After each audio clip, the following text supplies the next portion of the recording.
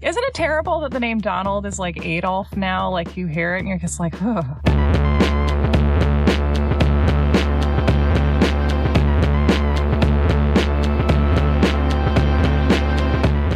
Are you ready? Do you want to get going? Yeah. Okay. Ooh. Welcome to You're Wrong About, the show where... Ooh, no. Although, ooh, no is actually a pretty good tagline. That's actually pretty apt for a lot of our episodes. Yeah, let's just go with that. Welcome to You're Wrong About, the show where, ooh, no. Yep, I stand by it. I am Michael Hobbs. I'm a reporter for the Huffington Post. I'm Sarah Marshall. I'm working on a book about the Satanic Panic. And if you want to support the show, we are on Patreon at patreon.com/you'rewrongabout. And speaking of which, we have a little announcement to make. We are undertaking the radical step of offering Patreon rewards for the first time ever. We're actually going to give people stuff. It's finally the answer when you sign up for a Patreon is something other than you get nothing. Very excited. We've had Patreon for 15 months and we're finally organized enough to be able to offer something to the people who are so kindly helping us to make this show. So one of the things we have learned from meeting a lot of you folks through social media is that we get a lot of questions and people want to know how we research the show and people want to know if things were cut out of the episodes and they want to ask follow-up questions of like, what do you think about this new piece of information? Or what do you think of the historic episode of the Red Shoe Diaries with Paula Barbieri in it? Yes. Something people ask me literally every day. Just kidding, not even once. But someday somebody will. And we thought it would be fun to, like, once a month go through those questions and maybe do some extra research on stuff or, like, do a little follow-up episode. Yeah, this is a place for us to kind of convene in a fun after-party bonus episode and talk about such exciting topics as Tanya Harding's episodes of America's Worst Cooks or whatever other weird tangential stuff comes up and that you want to ask us about. Yeah. And yeah, we're just excited to try some stuff out. So if you don't want to support us, that's still super chill. But if you would like to hear us chat about random stuff and ask us random questions, please do. If you're not one of those iTunes reviewers who thinks the girl host says like too much. Those were about me, for the record. Those were about me because my likes have gotten out of control. It's both of us. The problem is both of us. If you would like to ask us something about that, please don't. Yeah. So yes, stay tuned for more news on that. If you're a Patreon subscriber, you'll get a message. We don't actually know how this is going to work yet, but we're going to figure it out. It's going to work some way or another. Yes. We'll all have fun. And today we are talking about Coco the gorilla. I'm so excited. I do not think we have ever announced an episode topic that has inspired more anxiety among our listeners. I know. I feel like some hearts are going to be breaking across the world tonight, and I don't even know why. People had this reaction like, we're going to cancel Coco. Like, we're going to be like, fuck this gorilla. She didn't do shit. Like, just to spoil it, that is not going to be the purpose of this episode. Coco is guilty of white-collar crime and elite deviance. We might ruin a couple of the humans around Coco, but we're not necessarily going to ruin Coco. Coco can stay. Well, this show is all about ruining humans, so yes. I think that's fine. Yeah. All right. Tell me the story, Mike. I mean, this is a fun episode because, like, we've been doing so many of these true crimey episodes and, like, deep historical episodes. And this one is maybe the first one that is, like, really about what makes us human. Huh. I mean, this is the first one that talks about biology and cognition and nature. It's just a fun little detour. You're taking us on the little, like, Mike Railroad. On a little... Choo-choo. And so, yeah, do you want to tell me, what do you know about Coco the gorilla? What do you remember? Oh, my goodness. Okay, so when I was a child, there was a book, which I believe many of our listeners will remember, and I bet you're going to be able to say it with me. Coco's Kitten. Yes. Did you have Coco's Kitten as a child? Did you read that? I weirdly didn't. Coco's Kitten was a book about Coco. I don't know if it was pre or post Kitten that she became famous for her ability to communicate in American Sign Language, or at least that was what we were told. It was both, actually. She was kind of famous, and then Coco's Kitten came out, and then she was mega famous. It's like being a pop star and you release, a couple singles before you hit it really big. Yes. And it's like communicating with humans, number 17 on the charts. Right. Kitten, number 1. Okay, so I remember that Coco I forget where she lived, but it was somewhere in California. And she had the main researcher working with her was named Penny Patterson. Penny Patterson. And she had beautiful blonde hair. And I, as a child, and I would imagine many other children, felt very intrigued by the idea that like women didn't seem to be very represented in science, but there were these famous women of primatology. Yeah, that's true. And so there was Penny Patterson, and there was Diane Fossey working with the gorillas. And of course there was Jane Goodall, who I also loved when I was a kid. Yeah, women in STEM, leaning in. There's also a lot of very interesting sort of literary analysis type literature of the emotions that it evokes in us when we see this giant gorilla who, even though Coco is a female, we sort of think of gorillas as male, like we think of King Kong. And then we have Penny Patterson, who's this extremely petite, white, blonde. Fay Ray lady. Yes. Yeah. There's just a lot of like cultural stuff wrapped up in those photos. And I do think that is one of the reasons why this story went so far and so wide, because there is this kind of like Beauty and the Beast type images. Yeah. So it's interesting that there's like certain jobs that people like the optics of a woman doing. And primatology is one of them. Right. Yeah. And so what I remember about Coco's kitten is that Coco expressed via sign language that she wanted a kitten, or that maybe that she wanted a baby. I can't remember. She wanted a baby really bad, but they got her a kitten. They kept trying to get her stuffed animals, but she knew they were stuffed animals. Like she knew that it wasn't a substitute. And so they got her a real kitten. Right. Do you remember the name of the kitten? All Ball. Yes. But All Ball was a Manx. The theory was that Coco picked All Ball because, like her, All Ball had no tail. And she liked rhymes. And so that's why she chose All Ball as the name. Yes. And so the story of Coco's kitten was that Coco wanted a kitten and got a kitten named All Ball. And I think, you know, as a child, to me, some of the appeal of it was like, here was this gigantic, sad gorilla mom who just like wanted a baby and like in a way got to have one. And also it was kind of bittersweet because she was all alone, far away from the other gorillas. Coco's just a complicated figure, and I think as a child, some of the first complicated characters that you experience are animals. Do you remember what happened at the end of the book? Did your parents not tell you? I don't know if it was in the book, but I know that All Ball got hit by a car. Yeah, and Coco mourned. And so one of the really famous pieces of footage that went around was when Coco finds out that All Ball was hit by a car, she signs bad, sad, bad. And then she sort of hunches over and kind of like you can see the sadness hitting her. And then she signs frown, cry, frown. It was this revelation, I think, that animals have much more complicated emotional lives and potentially inner lives. That's so funny to me because it's not complicated. She's just like, I'm sad. This is sad. And it's like, oh my God, yes. Like if we didn't trust a gorilla to experience that emotion, then like, what do we think of animals as humans? Like, geez. Well, this is actually, I mean, one of the sort of main through lines in this is the gradual realization by humans that animals are much more complex than we thought they were. And that they have emotions and that they know things. Well, this is a good intro to the episode because I wanted to start with a shower thought.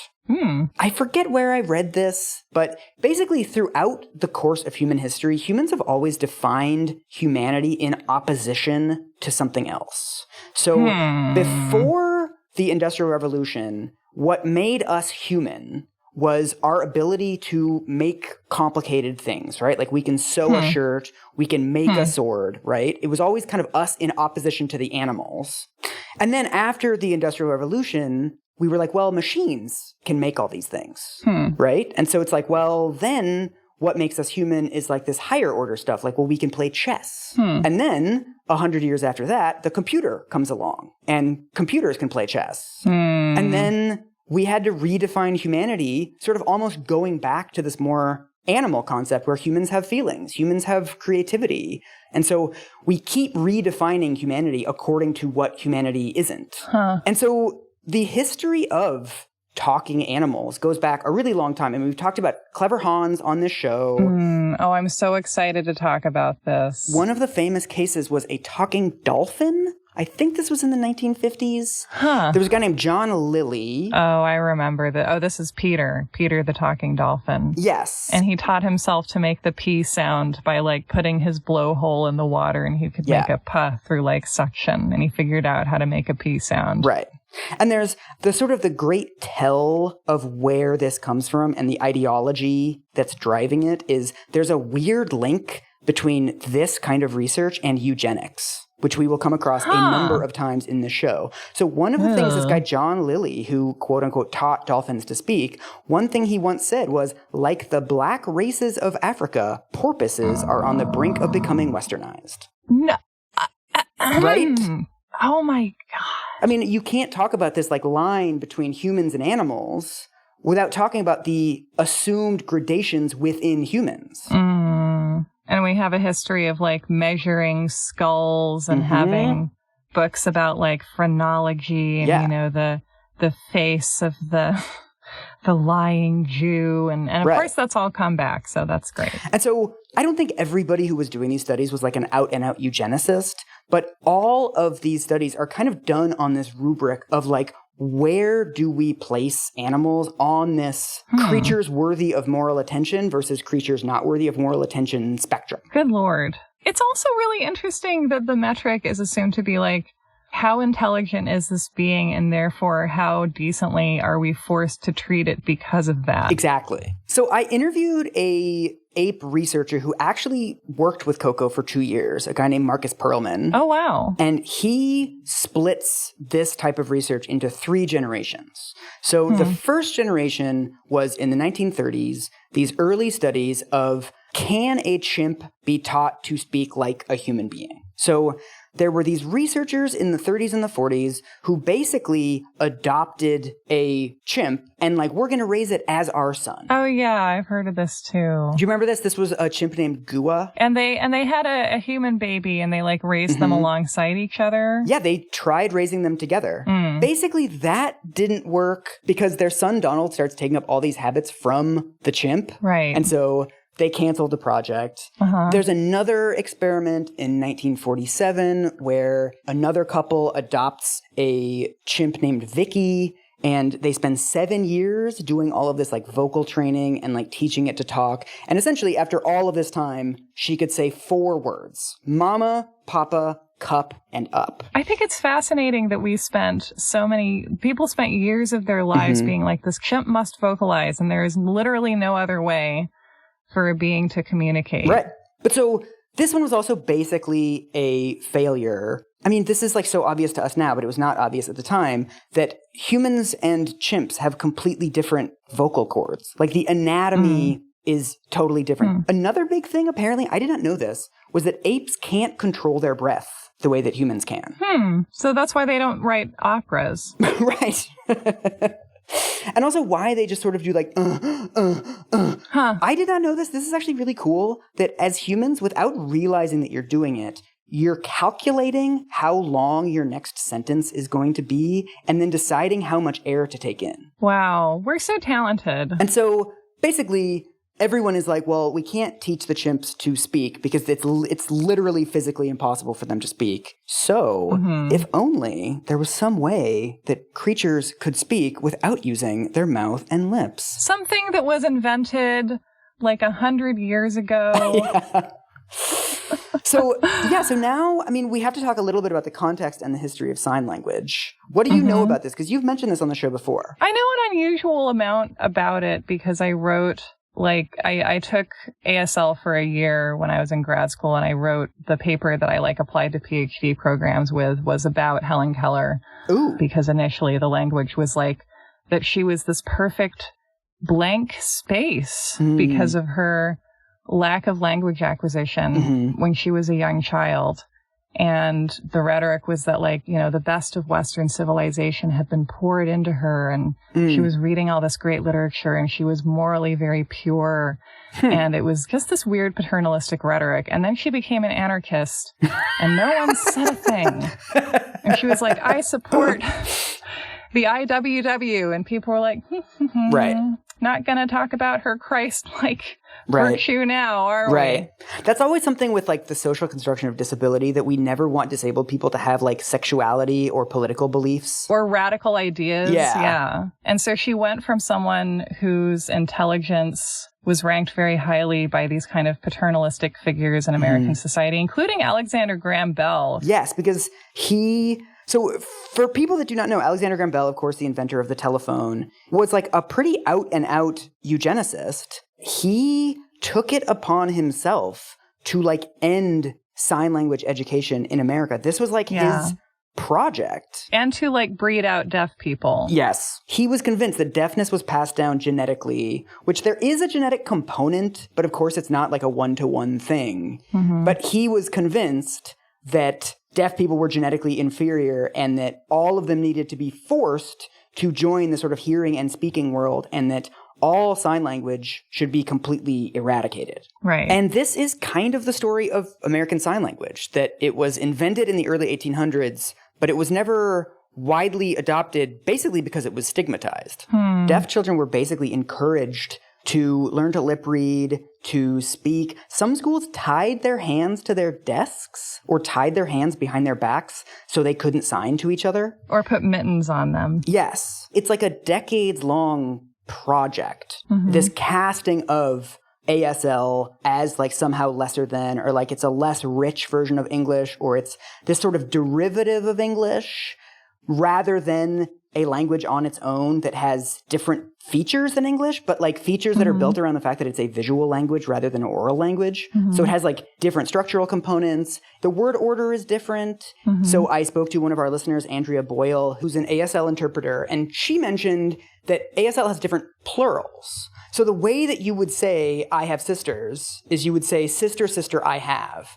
Or for something like, where do you keep the cups? You'd say, cup, cup, where. So you don't always put the number in front of the word to make it plural. And so these are the kinds of things that people often miss when they're talking about sign language as just this like basic extension of English, which it is not. This reminds me of some of the themes of our Ebonics controversy episode. Extremely. Because this, I think, is an example of standardized American spoken English being either indifferent to the ways that other dialects or languages can improve upon the things it can do, or can do things that it can't do. Yeah. Or if not being indifferent to it, like noticing that and maybe like not liking it. Right. I mean, I think you see this a lot with conversations about like foreign civilizations too, in that there's this drive to see different cultures as like a degraded version of yours. I mean, if you read old history books like written in the early 1900s, this just suffuses every single insight that they're like, well, you know, Indian society is like 2/3 as advanced as English society right now. Everything has to be put on the same ladder. Right. Like the reasons for comparing languages to each other in a way that tries to find the superiority of some and the inferiority of others has to be politically based rather than linguistic. Yes. It's a language, right? So it has all of the features of a language. So like deaf children will kind of babble in sign language the same way that kids will babble in spoken speech. And when ASL speakers have a stroke, it affects their ability to speak ASL in the same way it affects hearing people when they have a stroke, and it affects their speech. I mean, this debate is continuing because it's important for people to have a language very young, because it affects cognitive development, because it gives them a language to use to speak to themselves. And so this was something that was very like deliberately denied to deaf children. So I'm going to read to you, this is reasonably long, but I think it's just an amazing story. This is a letter to the editor that gets published in the New York Review of Books in 1986 in response to an Oliver Sacks essay about basically everything we just said, just like the history of sign language and sort of what the situation is now for deaf children. Reading Sacks's essay was like reading a biography of my daughter. She was born profoundly deaf, a rubella victim in 1964. It would be fair to say that at the time, at least in New Jersey, nobody knew how to diagnose deafness. We toted Susanna from doctor to doctor and audiologist to audiologist for 2 years before someone finally had the knowledge. Thus, correctly diagnosed at age 3, Susanna had already missed some of the prime time for language acquisition. Once diagnosed, however, she could at least start attending a school for the deaf, right? No. The New Jersey School for the Deaf would not accept my daughter because her hearing loss was too severe. It sounds incredible. A paradox of oralism is that oralists only wanted to teach the deaf who were not too deaf. I wish I could say that Susanna's story has a happy ending, however belated. It does not. She has acquired language at the second grade level, a little below the usual level for the profoundly deaf. She has great difficulty dealing with the working world, even at its most menial. For the working world, even now, does not sign. The greatest affliction is not deafness itself, it is having to be sequestered, because only in sheltered environments can they meet with others who share their language. The condition of the deaf today is better than it was 250 years ago, I suppose, but not much. And so this is one of the reasons why it takes these researchers so long to be like, hey, wait a minute, there's a form of expression that is much more suited to gorillas and chimps than spoken speech. Wow. So that's like a really interesting example of like eugenicism and counterfactual like superstition around a real language that like anyone can tell is complex if they experience it for some amount of time. The problems in one area of science holding back another area of science. Like that's science shooting itself in the foot. Right. This is intersectional science being bad. And so finally, in 1966, this couple out of the University of Nevada in Reno start raising a chimp named Washoe with sign language. So they start very deliberately teaching Washoe sign language, and immediately it's just like a million times better. Like it's very obvious that she's finding using her hands much easier than using her voice. And so by 4 years into the experiment, she has a vocabulary of 132 signs. So this is pre-Coco, but she's like the first chimp, like speaking chimp media darling. That this starts getting written up in magazines. This starts being on documentaries. It's like the chimp that can talk. And the biggest thing that starts happening is she starts combining words. The famous story is that her trainer is out in a rowboat with her on like a little pond lake outside of the university campus. And Washoe looks at a swan and she signs water bird. And this is exactly how like human children do this. And so the existence of Washoe and like the fame of Washoe and this water bird thing gives rise to the debate that is really central to Coco and the debate around sign language and ape communication for the next 30 years is there's two schools of thought about how people learn language. The behaviorist explanation is this B.F. Skinner stuff that basically there's nothing special about humans. It's just when children babble, like their parents ignore it, and then they say mama, and then their parents are like, hey, and then they reward it, and they're like, I'll say mama again. And so over the course of the childhood, children are being reinforced for saying words, not reinforced for babbling. And so eventually they start to build up a vocabulary, they start to build up sentence structures, they start to build up word orders. This is how all of us learn language, is with these like thousands of little tiny reinforcements. We individually are like 1,000 monkeys on 1,000 typewriters, like coming up with random combinations, and we hit the right thing occasionally, and our parents are like, yeah. Okay, so that's that theory. So that's the behaviorist theory. The biological theory, or the sort of the Noam Chomsky theory, this is how Noam Chomsky becomes famous, is this idea that humans are biologically hardwired for language. Right. There are certain structural elements that are common to every human language. The Chomsky argument is basically there's too many words for us to do like one by one getting reinforced, because then we'd all be like 27 by the time we had a full vocabulary. That like there's something about the human brain that makes us vacuum up word orders and syntax and grammar much more quickly than other behaviors. And so we have these like slots in our brain where language goes, and we fill those up very quickly, like without that much prodding. So this is like one of the central debates of human development. And if you're a behaviorist, if you follow this reward and punishment logic, you're like, well, we can teach apes to speak too. Because all we're doing with human babies is just teaching them one by one words. And so we can do the same thing with a chimp. And a chimp is never going to have the vocabulary of like a, 65-year-old or whatever. They're never going to be like reciting Shakespeare. But like you can get them to the same place as like a 3-year-old or a 5-year-old potentially, right? You can get them to do simple sentences. You can get them to start doing simple reflections simply based on rewarding or punishing them for delivering certain signs. It's interesting because, like, I do take a behaviorist approach to a lot, and I think that plays a significant role in language acquisition because we can see that, like, language acquisition is socially enforced. But I also, basically what I've read about Chomsky's theories is that there are all of these things that human children somehow magically know how to do at certain intervals. And a lot of it relates to grammar and sentence structure. And my understanding is that if you ask like a 2 or a 3-year-old, like, what do you call a monster that eats sand? They'll say sand eater. And if you ask that same toddler, like, what do you call a monster that eats grapes? They'll say grape eater. They don't say grapes eater. Like, they understand somehow inexplicably that, like, you make the thing that it eats singular. And there's like a million other things like that where they just kind of know. Yeah.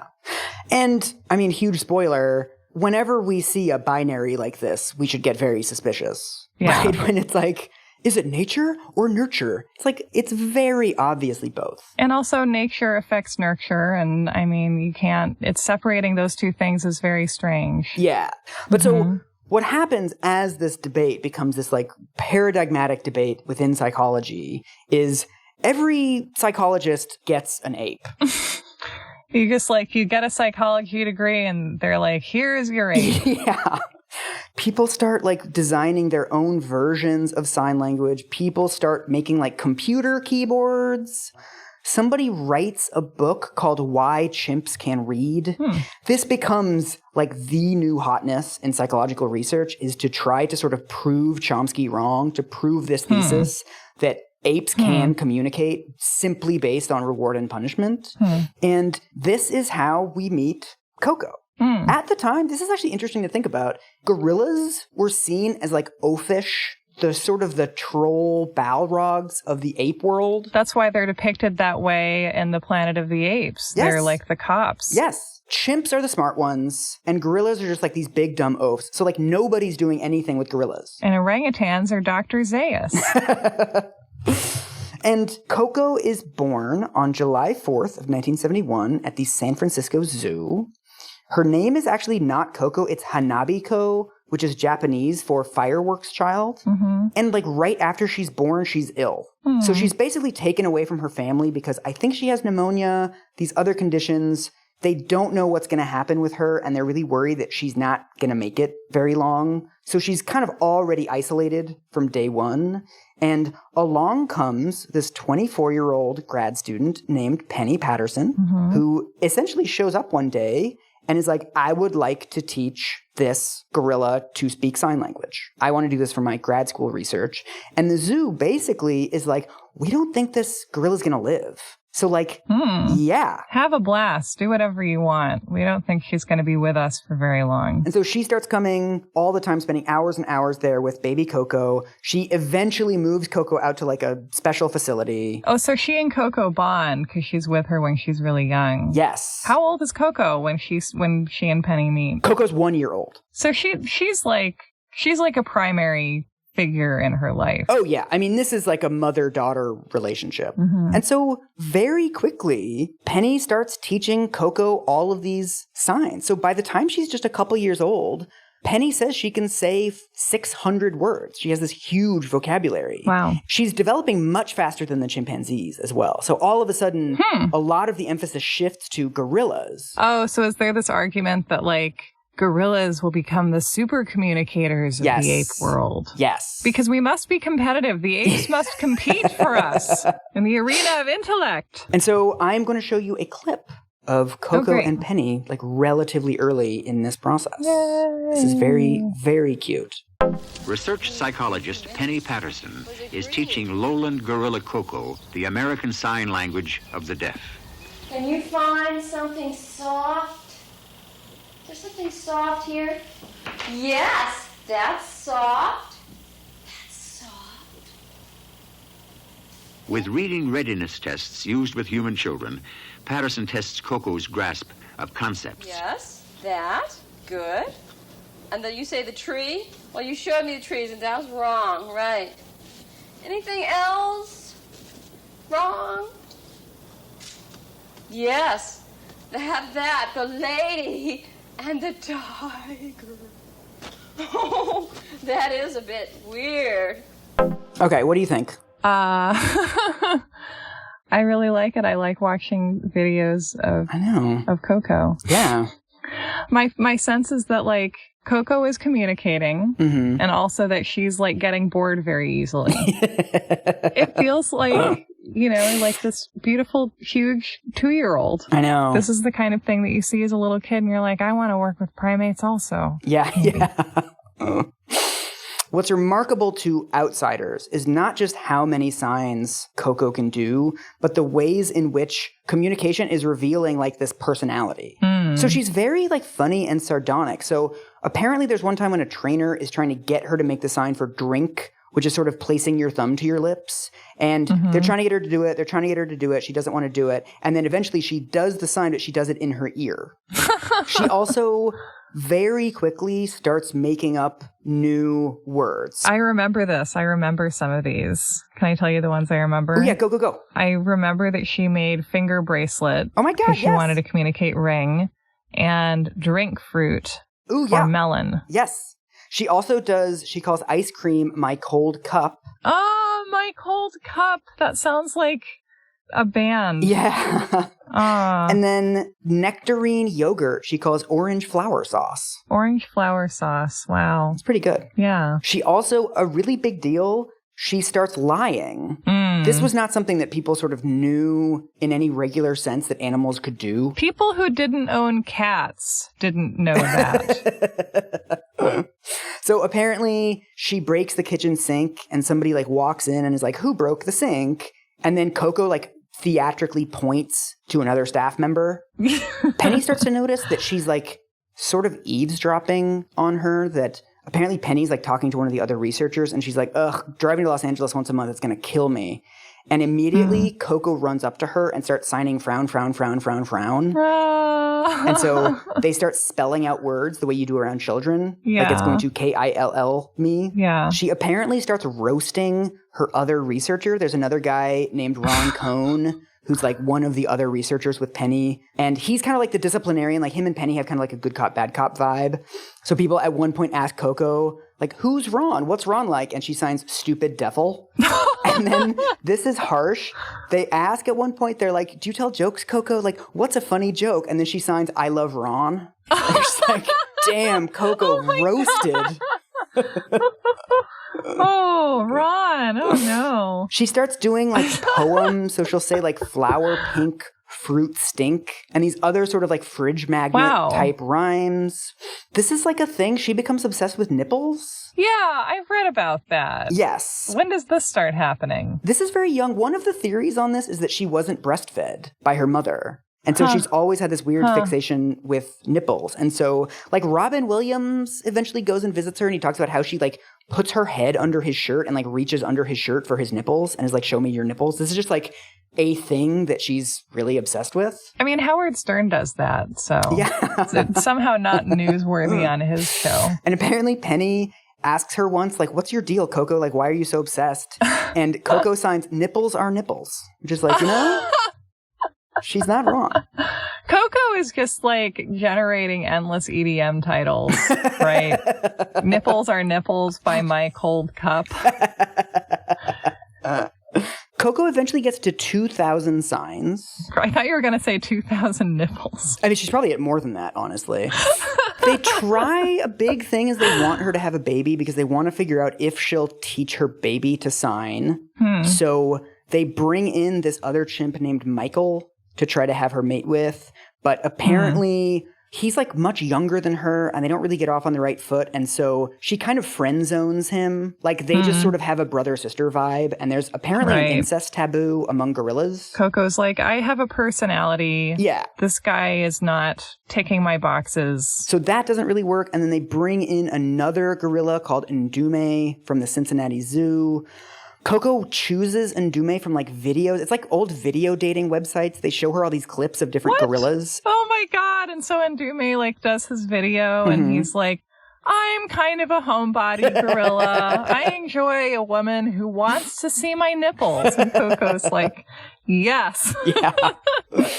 So they bring in Njime, but like that doesn't really work either. I think because he's also younger than her. It just never quite works. Because he shows up and she's like, I liked you better on the video. Yeah. Something I can extremely relate to. I love how Coco has the same problem as Janet in the movie Singles. Video dating joke. Very niche Cameron Crowe content for you.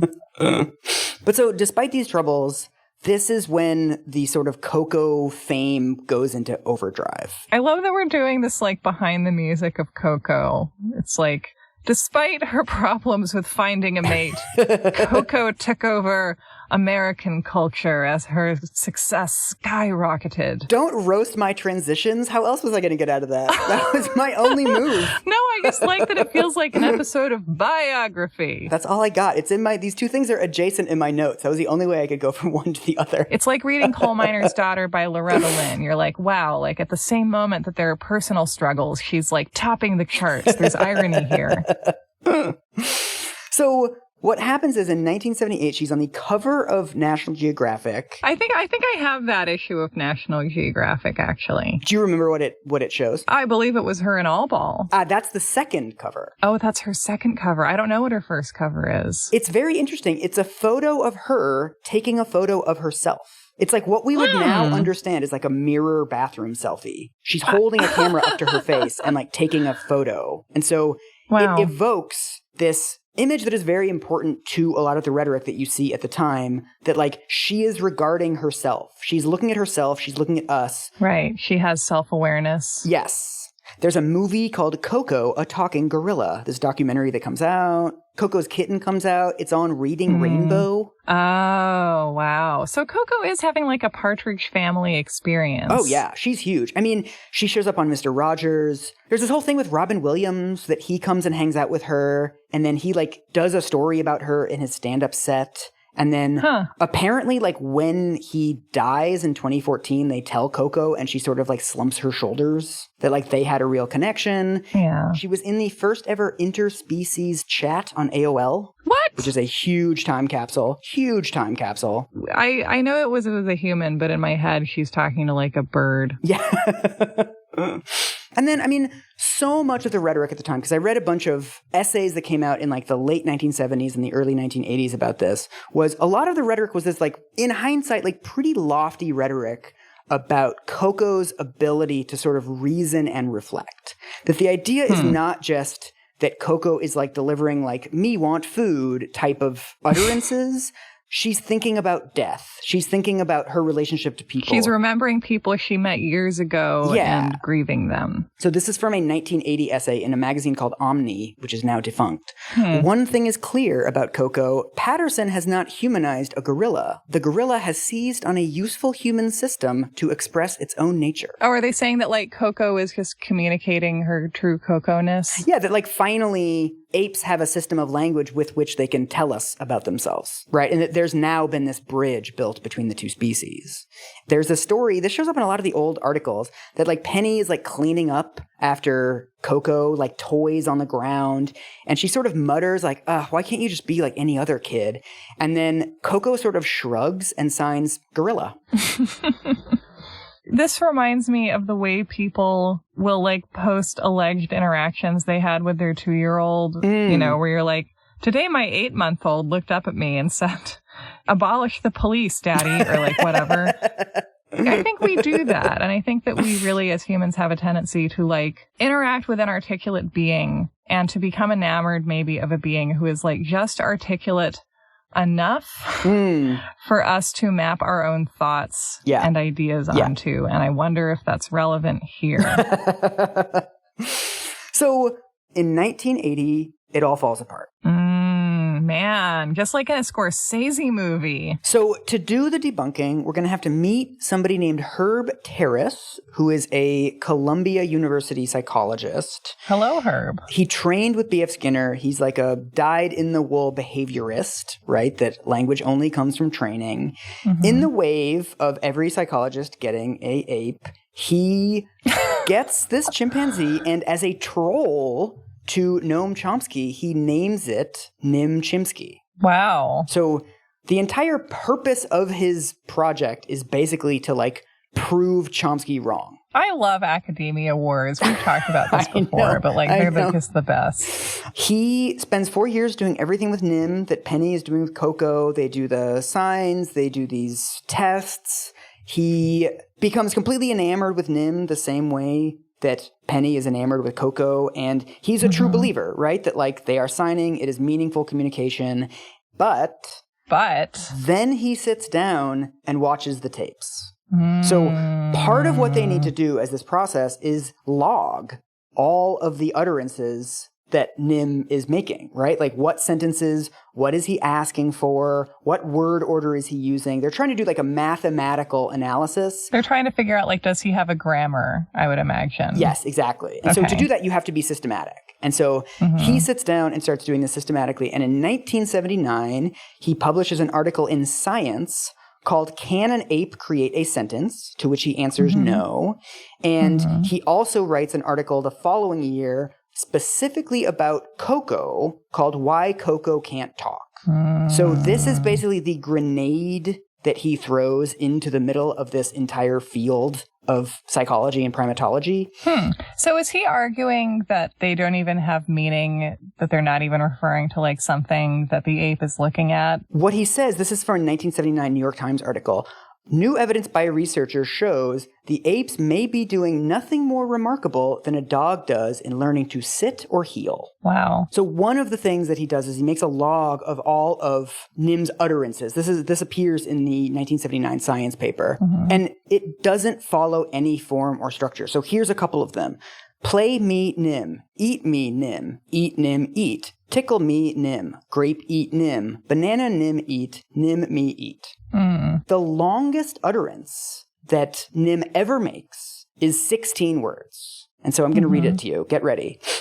Give orange, me, give. Eat orange, me, eat orange. Give me, eat orange. Give me, you. Right. So he's like repeating the same idea many times. And so what he says is that even in the youngest child, if you had a child who's capable of making a 16-word utterance, you would never see something that repetitive and that devoid of meaning. No. And oftentimes what you see with children is that they'll start out by saying these like very simple phrases, but then they'll add things that add information. So the example that he uses in his article is that you would see a kid say like sit chair, and then that would progress to like sit daddy chair or like sit me chair. But it wouldn't be like sit chair chair. Right. That's not a pattern that you see in children.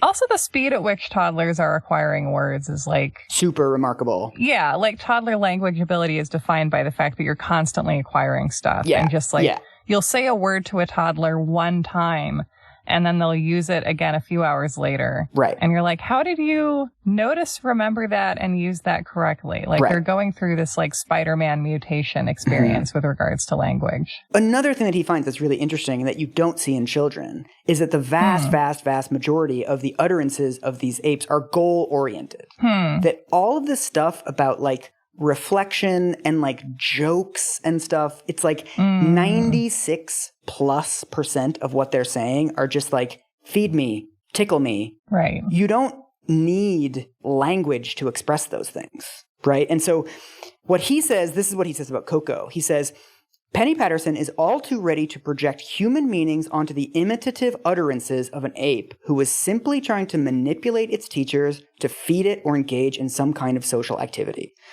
So it's basically an exercise in just like basic desires, right? I want to eat, I want to sleep. Anything deeper than that is essentially projection by the researchers. And so then is it a thing where like Coco is producing so many utterances in the course of a day that some of them inevitably are going to kind of match the situation? Yeah. I'm going to show you another clip. This is a clip that demonstrates this, I think, really well. Okay. This is Coco and Mr. Rogers. How do you say love?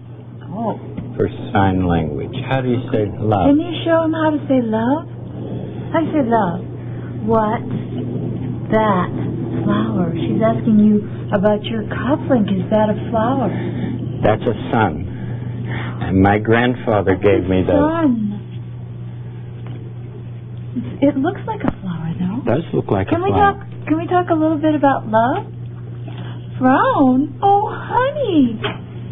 What? What? Love you. Oh, is that? Says, Oh. love you, visit love. Oh. Well, that was very nice. Thank you, Coco. There's a lot happening. Yeah. That was 46 seconds long, and there's a lot happening. So Coco, they're like, Coco, how do you say love? And she's like, tell me about this cufflink. Yeah. I'm interested in that right now. Yeah. And so they do that for a while. And then Penny's like, what about love, Coco? Yeah. Yeah. You can also see that she's just imitating Penny. Mm-hmm. Because Penny's like, let's talk about love. And then she makes the sign for love. And then Coco does it. And she's like, oh, see, Coco loves you. Yeah. But it's like, she's just reproducing what Penny just did 2 seconds ago. She's responding to the physical cue. Yeah. Do you think she asked to see Mr. Rogers' nipples? All right, let's just move forward. We can't dwell on this. But this is something that you see a lot in the footage of Penny and Coco. One of the things that's really interesting is that Penny has never released any like raw data or raw footage of her and Coco. So research methods wise, I mean, this is a big part of Herb Terrace's critique, is that a lot of these researchers that are producing like, you know, this ape can say 150 things. They're not actually giving any of the background data of like, okay, we recorded her for 8 hours. Here's the tape. It's all these like very carefully snipped together clips like the one we saw earlier that has a lot of cuts in it. And you don't know how much they're cutting out in between. And so what oftentimes happens in the sort of the few like long one take clips of Coco and Penny that do get revealed is she says something like, Coco, what color is this ball? And then Coco will sign drink or something. And she's like, haha, quit playing around, Coco. And then Coco will say like elephant. And then she's like, oh, she's kidding. And she'll basically keep prodding Coco until Coco gives the right answer. And then she's like, see, she can talk. So is it that like you can read it as her being just distractible and not focusing very well, but really it's like she's just producing signs until she gets it? Basically. It's always very interesting to realize how we ourselves are being cued to view footage. Yes. This is from this transcript of like the AOL chat session. This is very 90s. The user is named Sick Boy Ree. Ugh. And he says, Coco, have you taught other gorillas sign language on your own? And then Penny says, that's a good question. Have you taught other gorillas, Coco? And then Coco signs myself lip. And then Penny says, yes, she taught herself. That's true. That's very good. And I think part of what that answer might be is she's taught us. In other words, myself lip was her answer, and lip is her word for woman. So herself has taught lips, perhaps. Sick boy didn't get an answer, did he? Exactly. It's and when you go back through the footage, there's just a lot of that kind of stuff where it's like very selective interpretation. So there's a lot of grade inflation happening here. A lot of grade inflation. This also explains the water bird thing. One thing that Terrace notices is that when they ask Washoe, like, what is this bird that you see on the lake? And he signs water bird. She could have just been signing water and then bird, right? There's no indication that she's using a compound word there. She's kind of giving out signs all the time. She's like, boat, water, sky, red, fruit, drink. And then she happens to sign water and bird in that order. And they're like, oh, she's creating compound words. So you think that this is at the level of just like the humans are tricking themselves the entire time? I mean, the human intervention affecting this, like this is another thing that Terrace finds in his research is that almost all of the signing that Nim is doing is directly in response to researchers. So he almost never starts conversations. He interrupts at these sort of random intervals. Like he doesn't listen and then deliver signs and then listen and then deliver signs. He just kind of signs willy-nilly, like whether or not someone else is signing at the time, which is another thing that very young children begin to understand, that conversations are give and take. Like this is not a pattern that you see in children very young. Yeah. The main sort of metaphor that Terrace uses, he notes that you can teach a pigeon to peck A, B, C, D, and then a pellet will come out. Right. Instead of A, B, C, D, you could write on the buttons like, I want some food. And then when the pigeon does it, you could be like, oh, the pigeon can read. It's asking us for food. But it's not, like the pigeon is not understanding those symbols. So, okay, so the argument is that for the apes, these signs are basically empty signifiers, and they have figured out kind of that like some of them will get a response they want at various times. But even with that knowledge, they're kind of throwing them out a little randomly. Yes. This is like when I was in 8th grade and tried to teach myself how to sing the Chinese language version of Anything Goes from Indiana Jones and the Temple of Doom. And like, I did know parts of it at times, but like, nope, didn't speak the language. But that's the thing. I mean, if somebody told you, like, make this gesture and then I'll give you a banana, you'll make the gesture. And whether or not, like, you understand that gesture means banana and can use it in other contexts, there's really no indication of that. It's more just like Coco does something and then she gets a banana. And she's like, well, when I move my fingers like this, I get a banana. And she's like, these people are clearly very invested in me making these gestures that they are teaching me. And so I'll just kind of cycle through a bunch of them all in a row. Yeah. And this is what Marcus, the researcher who spent 2 years working with Coco, I asked him sort of where he falls in this like ongoing 30-year-long debate. And he said basically, he's like, Coco is really good at getting what she wants. You know? That also sounds like it's from a VH1 Behind the Music episode. Like, Coco is really good at getting what she wants. And that is my answer to your question. I mean, one of the interesting examples of projection here that I think is worth like dwelling on is this whole thing of Robin Williams. That like the story goes around that Coco like reacts to Robin Williams' death, right? And that sort of she slumps her shoulders, she signs cry. But this was 2014 and Robin Williams spent one afternoon with her in 2001. And it's like, Robin Williams is special to us because he was in movies that we watched. Yeah. But there's no indication that he's special. Like, Coco spent an afternoon with thousands of people by that point. Has Coco seen Hook? It's unclear. We have this parasocial connection with celebrities in a way that maybe, God bless them, other animals don't have. Right. Like, you don't hear a lot about celebrity fish, do you? But so what's amazing is, you know, after this article comes out, Herbert Terrace's book comes out, the field implodes. So there's now essentially just one place where they're still doing this type of research in the whole world. So the ape language boom has ended. Yeah. Herb Terrace basically killed it. This is a quote from Sue Savage-Rumbaugh, who's one of the few researchers still doing this. She says, ape language research went from being a field of perceived intellectual excitement and public acclaim to one that, at best, should be viewed askance. Suddenly, it became extremely difficult to have research papers reviewed, let alone published. And funding for the major projects dried up overnight. And this quote hints at the next section of our debunking. Oh, gosh. It says, ape language research has yet to recover from Herb Terrace's public surrender to Chomsky, a turnaround that felt especially treacherous considering the inexactitude of Terrace's own science. Dun, dun, dun. Surrender to Chomsky sounds very sexual, I have to say.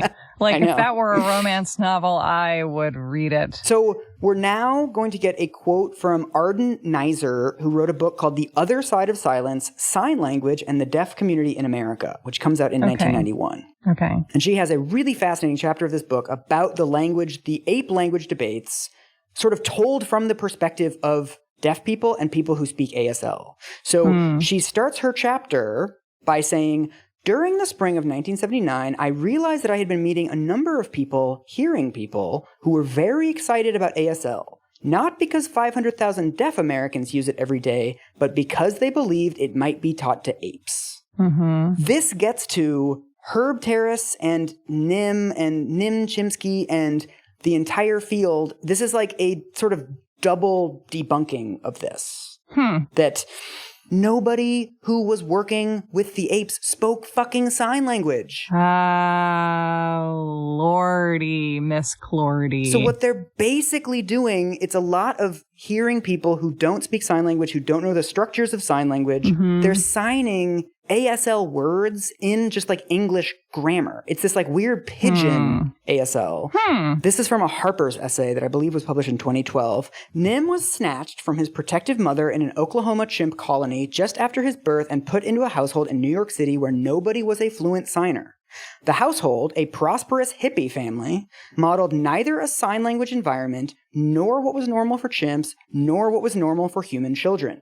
They allowed Nim alcohol and marijuana. What? He had no discipline, no intensive exposure to use of sign and context, and Herb Terrace rarely visited.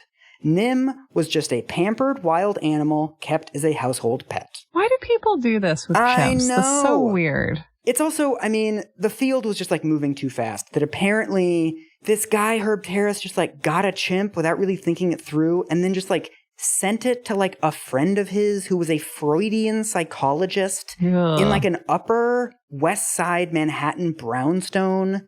And this Freudian psychologist lady apparently was like much more interested in Nim's like Oedipal complex and the fact that he kept like touching her breasts, even though she was like a mother figure to him. Like that's what she was interested in. Humans are gross is like the lesson, the big reveal of this episode. And, you know, unsurprising. Like we're not finding out anything bad about Coco. No. We're canceling all the humans. Yes. Cancel humans. Humans canceled. I mean, one of the like sort of sub threads of this that nobody has like diving into is just the way that psychologists, kind of like economists do now, thought that they were qualified to do fucking anything in the 1970s. Yeah, I'm a Freudian psychologist. I'll just raise a chimpanzee from birth. I'm a white guy. I know how to do it. I read 4 books last year. I know. I don't speak sign language. I don't know anything about it, so I assume it's not very complex. Exactly. And so he just puts this chimp into this brownstone. Eventually, he pushes out the Freudian psychology lady in favor of someone named Laura Ann Petito, who is an 18-year-old graduate student. And he's just like, you take over. I bestow my monkey upon you, Laura. Apparently, they sort of start taking Nim to this like empty, bare classroom somewhere on the Columbia University campus where there's no toys. There's like nothing to do. There's nothing to climb or play on. That's weird. It's just like a bunch of language drills and instruction all day, which is like, this is a wild animal. It wants to like jump and play and use its energy. It doesn't want to like sit at a desk. Mm-hmm. One of the things that they say that like it's really remarkable that Nim can like lie and like use manipulation. Like this is one of the things that comes out of this study, but it's like, it's because he keeps saying that he has to go to the bathroom so he can get out of this room. And so Terrace, like, on some level admits this. I found a couple of old interviews with him after his book comes out. And so in one of them he says,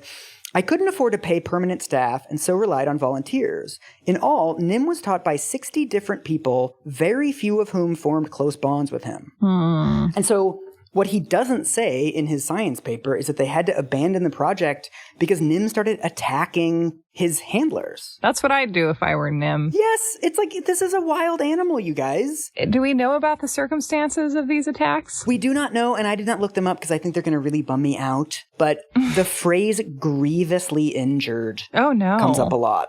Okay, and then what happens to Nim? It's really bad. Yeah. This happens actually to a lot of the apes in these studies after the field implodes. They're like, we have no more ape money. Exactly. And it's really expensive to take care of these animals. So a lot of them end up in like terrible sanctuaries or like sketchy, like Tiger King, like side of the road, random places. This is terrible. So Nim gets sent to this facility in Oklahoma where he was born, which apparently is known among chimp people for being really bad. What kind of, is it a zoo? What is it? It's called a sanctuary, but it's like a bunch of animals in fucking cages. And it's like, I mean, it's just like, this is the sad ending to a lot of these things that like Washoe died of a heart attack really young. Herb Terrace, actually, he's still alive. He gives interviews on this. He says he tried to rescue Nim a number of times, but like he didn't have the funding to do it. And so whether we believe him or not, it's also true that like it's very expensive. Yeah. And so you would need some sort of infrastructure to take care of these animals afterwards. And that infrastructure was never there. Has Penny responded to the Coco can't really talk stuff? Yeah, I mean, there was a very long conversation between her and Herb Terrace in the letters to the editor section to the New York Review of Books after this article comes out in 1980.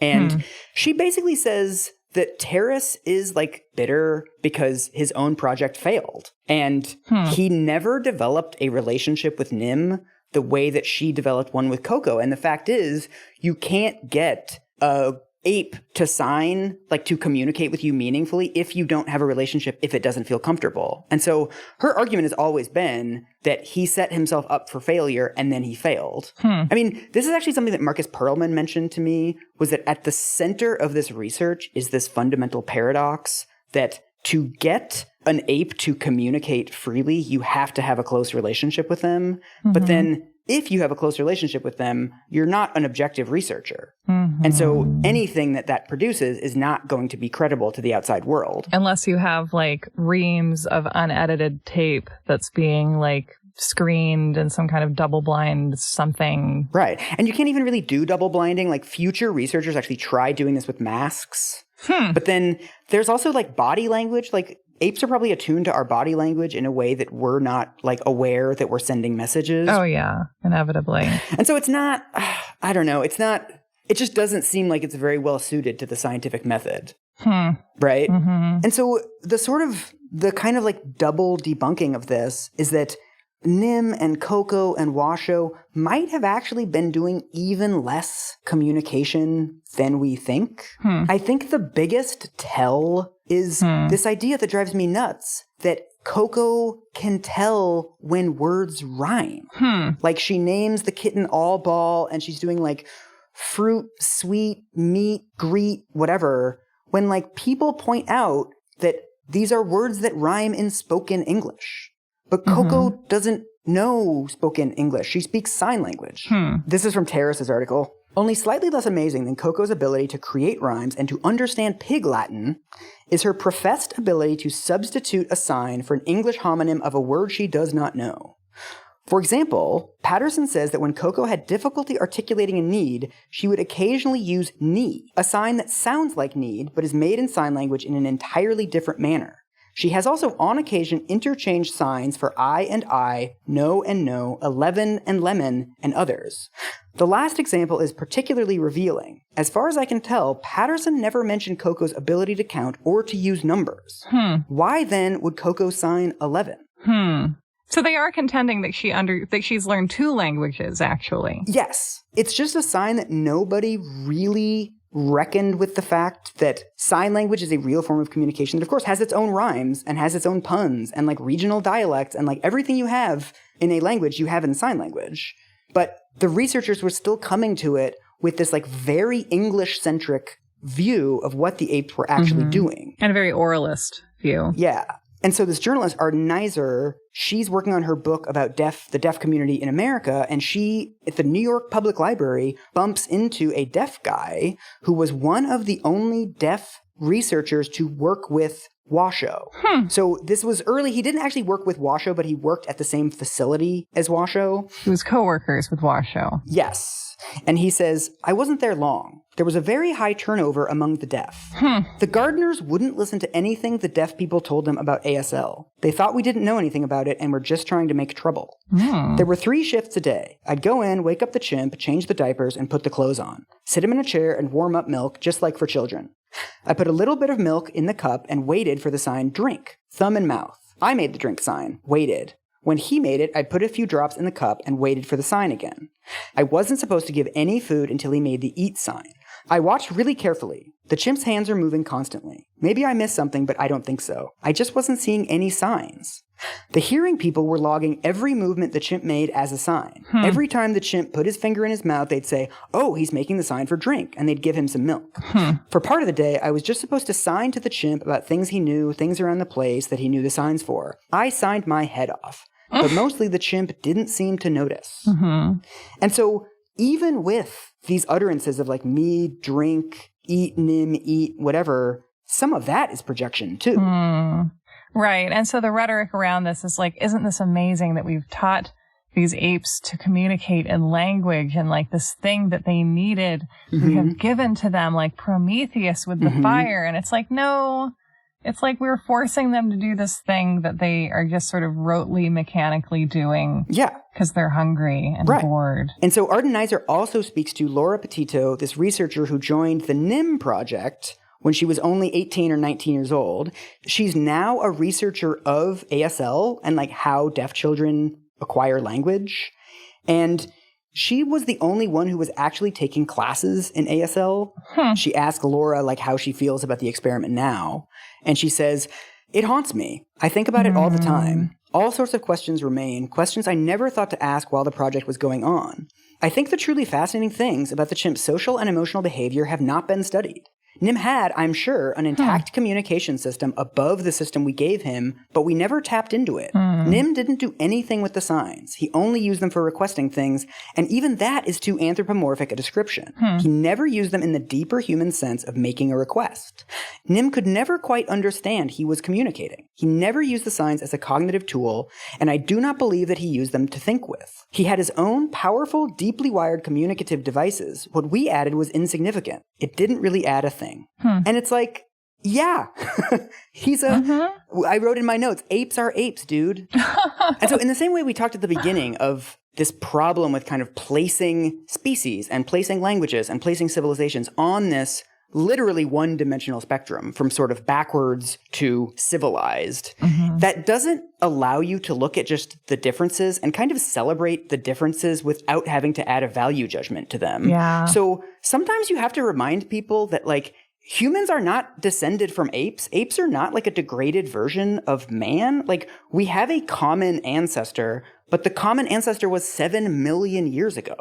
So it's not like we were once apes and now we're people. It's that we diverged on this forking path and we've spent 7 million years developing, and so have they. Right. So they are adapted to their environments. I mean, one of the things you find in the biology books is that a very good reason why apes can't really learn sign language is because they still walk on their hands a lot more than humans do. Right. We hardly ever walk on our hands. I know. Like, they literally use their knuckles to, like, walk around on the ground. And so our hands are made for, like, dexterous, tool building, these, like, delicate gestures.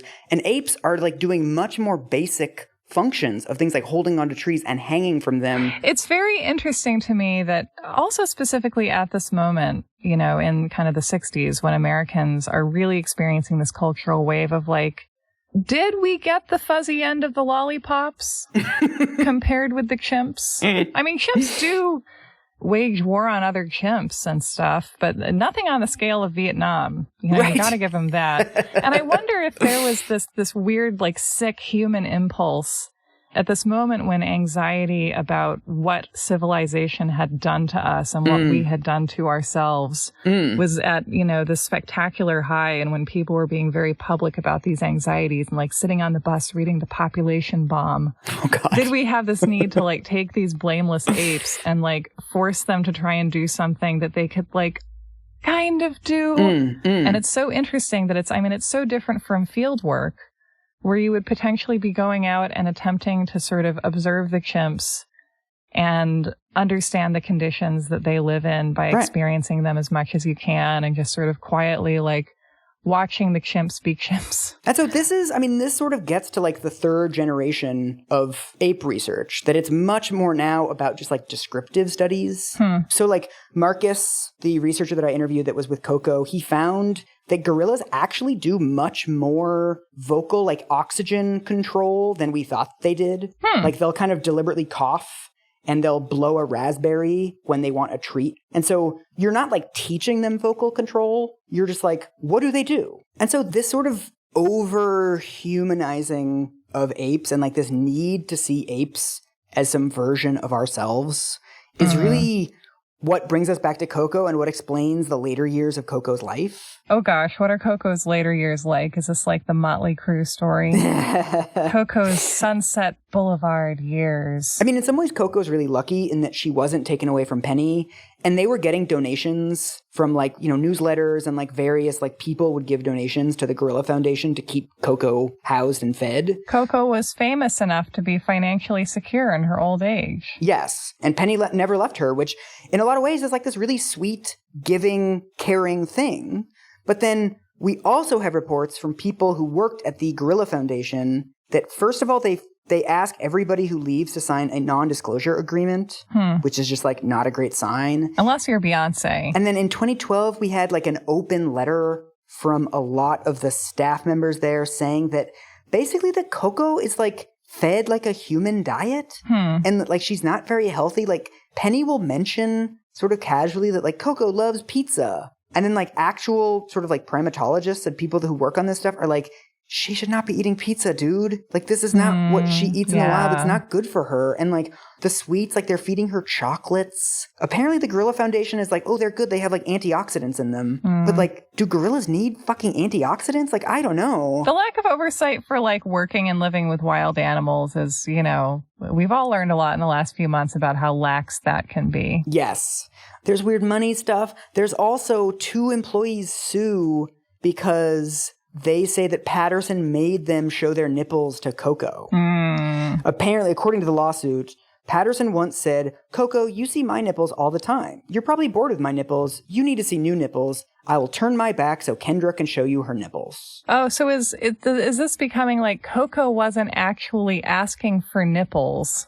Coco was the excuse to ask people to show their nipples? I think it's just like, I think it's more emblematic of just like the refusal to place any boundaries. Right. So you think it's like Penny's devotion is like arguably manifesting in her treating Coco like another human. And it's like, yeah, it's really nice that you feel like you took these sacred vows to like give your whole life to Coco, but maybe Coco would do better if you gave less of your life to her. Yeah. One of the things that's actually really fascinating to me, and I think this is like an archetype that we haven't run across in our show all that much, in that Penny Patterson is like very obviously like a good person or thinks of herself as a good person. Or is trying to be a good person. Yes. And you know, one of the aspects of her that doesn't get all that much attention is that she's a devout Christian. And I've never heard that before. And I've been hearing about Coco and Penny since I was a little kid. I mean, she talks about in the first years of training Coco that she would like sort of fog her breath on a window pane and she would draw a little angel in it.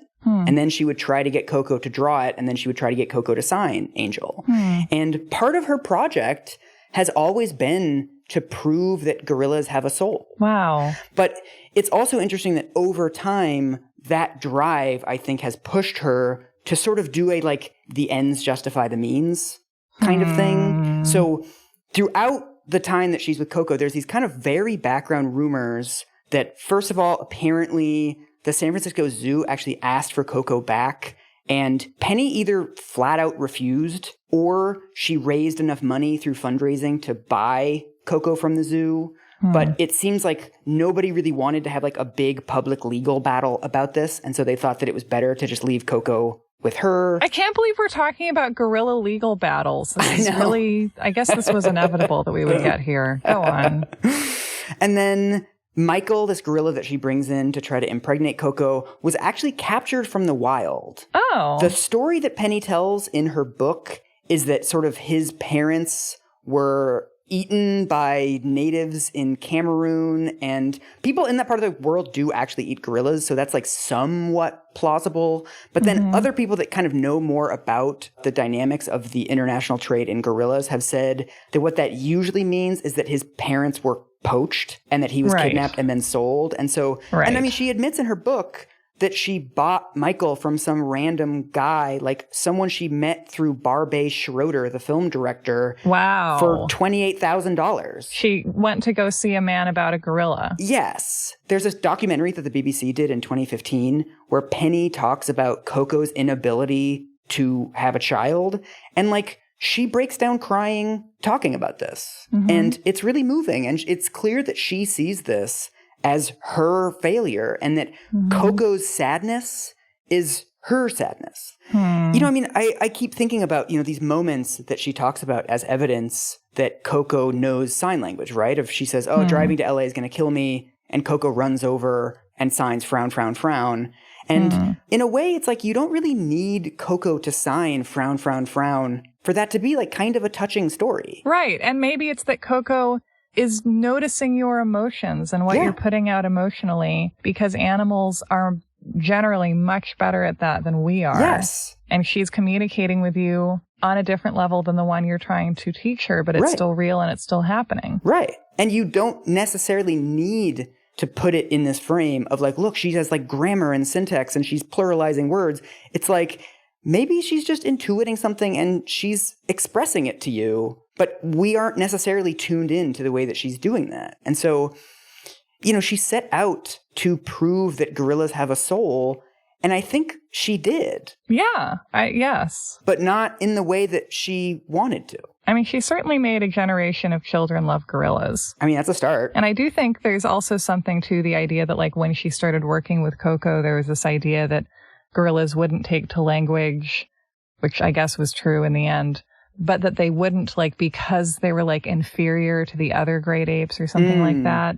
And I think that what all these children grew up with as a truth, that is still a truth, is that, like, here's Coco. She's a lovely gorilla. She is best friends with this lady. She wanted a baby and she got a kitten and she loved her kitten and then she lost her kitten and she was sad. Like, I think that all remains true if she's not communicating with signs that she is sad. Right. That she's still telling us that, right? Yeah. She's not necessarily telling it to us in the language that we've taught her or that we claimed to have taught her.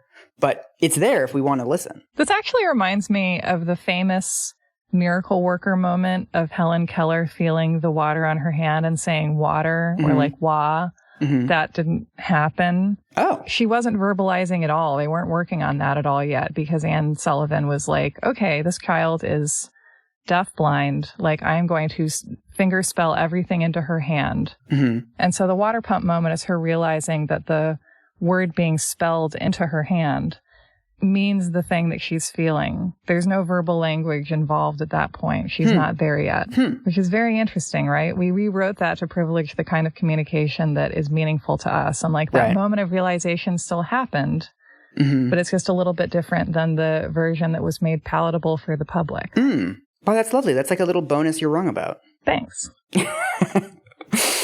And so on June 19th of 2018, Coco is 46 and she passes away in her sleep. The average gorilla in the wild, I think, lives to like 30 years, but they tend to live much longer in captivity. I mean, Marcus, this researcher that I interviewed, I mean, he said that like there's no way to look at Coco or these kinds of studies with anything other than like sadness. The existence of her, like she was born in captivity, she spent her whole life in captivity. It's not clear that she like knew that she was a gorilla. Like her whole life she was socializing with humans. There's no way to look at it as anything other than just like a tragedy. Like her existence is a tragedy, right? Even if the abuse that she suffered wasn't as bad as Nim. But like captivity is a form of abuse and lack of other gorillas is a form of abuse. Because what's amazing to me is like the whole debate in the 70s and early 80s was sort of like, can an ape learn sign language? And it's like, yes, they can. No, they can't. But like, was that ever the right question to ask? Like, I think of like, you know, if I'm like kidnapped and taken to like an alien planet and like they teach me to speak their like clapping and like slapping different parts of my body language or like whatever weird 8-armed alien language that they have. Yeah. I like picturing you clapping as fast as you can to try and get like a little earthling biscuit. But it's like, it's an interesting parlor trick. But like that's not teaching them anything about humans. So is it like, yeah, like you're on this planet and you're like clapping to get crackers and then they're like, look, this human can write clap poetry and you just like clap a bunch and they're like, wow, so beautiful. Right. And you're like, I just want a cracker, you know? And also take me back to my planet. Right. It's not telling you anything about sort of like the ability of apes to engage in higher order cognition. Because our only way of tapping into that is to try to translate it into a language that we understand. It's like, it's the wrong medium to be figuring out the kinds of thought that they're capable of. I know all of our episodes are depressing, but like this one is depressing in like a different way. Yes. It's kind of more painful because I have less of a callus on it. Yeah. Yeah. And how would you describe this like modality of painfulness, Mike? I mean, I'm going to end with like a really dark Kafka quote that Kafka wrote a short story called A Report to the Academy, which is about like an ape that learns to speak, but like really speak. This is an excerpt from the Harper's article. In recounting why he had learned to talk, the ape explains to his fellow members of the Academy, there was no attraction for me in imitating human beings. I imitated them because I needed a way out and for no other reason. And so I learned things, gentlemen. One learns when one needs a way out. One learns at all costs. In conclusion, education is a tool of the oppressors. There you go. Yeah, I mean, I guess the ways that we teach are informed by what kinds of intelligence we find valuable. Right. Yeah. And also, I mean, it's also a parallel to deaf people, right? Where it's like for 100 years, we were like, no, you need to learn to communicate in this other way. You need to communicate in this way that isn't suited to you, but we're going to make you do it anyway. It's interesting that we became enthusiastic as Americans about ASL in the process of teaching it to a population that couldn't apparently benefit from it. Like when there were people who were like, we would like to communicate in a way that is, useful to us. We were like, absolutely not. Right. We're going to force someone else to do it rather than doing the thing that's useful to them. See, it's only worth teaching to someone if it's painful for them. Right. And so we wouldn't want to recognize it for people that want to be speaking it. Yeah. We only want to impose it upon this other, what we believe to be this other spectrum of humanity. Why value a means of communication if you can't force it on people? Yeah. So yeah, that's it. Wow, Mike, that was really a bummer. It's a bummer. Thanks. But we didn't cancel Coco. You can keep Coco. And throw out everyone else.